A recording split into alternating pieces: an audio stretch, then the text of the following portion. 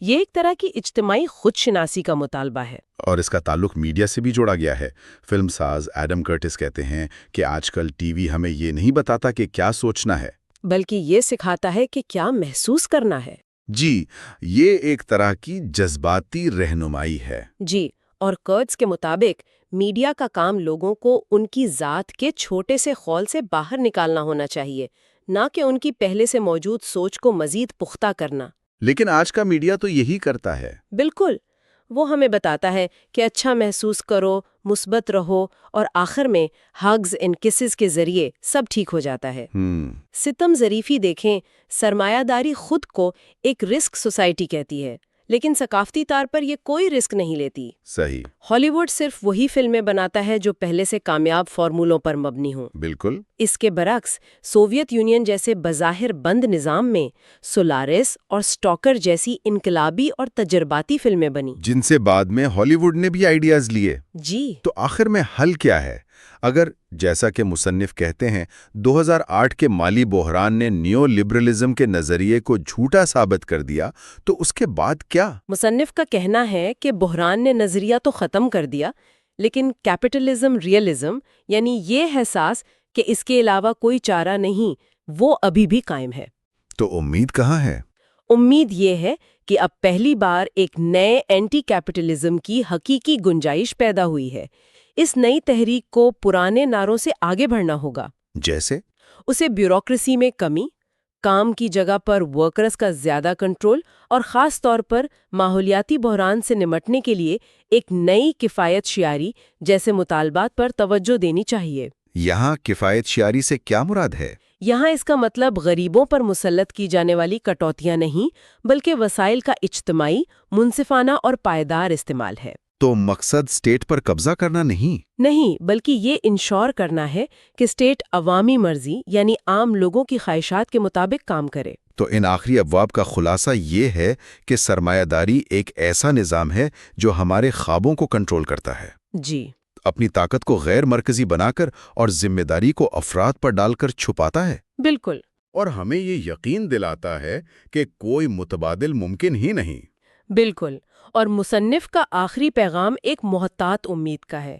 وہ کہتے ہیں کہ ایک مختلف مستقبل کی طرف پہلا قدم اپنی یادداشت، اپنی سوچ اور اپنی اجتماعی ذمہ داری کو دوبارہ حاصل کرنا ہے۔ ہمیں یہ یاد کرنے کی ضرورت ہے کہ چیزیں ہمیشہ سے ایسی نہیں تھیں، اور نہ ہی مستقبل میں ہمیشہ ایسی رہیں گی۔ کتاب کا اختتام اس خیال پر ہوتا ہے کہ جب ایسا لگتا ہے کہ کچھ بھی نہیں ہو سکتا، تبھی اچانک کچھ بھی ممکن ہو جاتا ہے۔ جی، تو ہم سننے والوں کے لیے یہ سوال چھوڑ جاتے ہیں، اگر آپ کو آج اس نظام میں ایک چھوٹی سی درار ڈالنی ہو، ایک ایسی جگہ جہاں متبادل ممکن نظر آئے، تو وہ کہاں ہوگی؟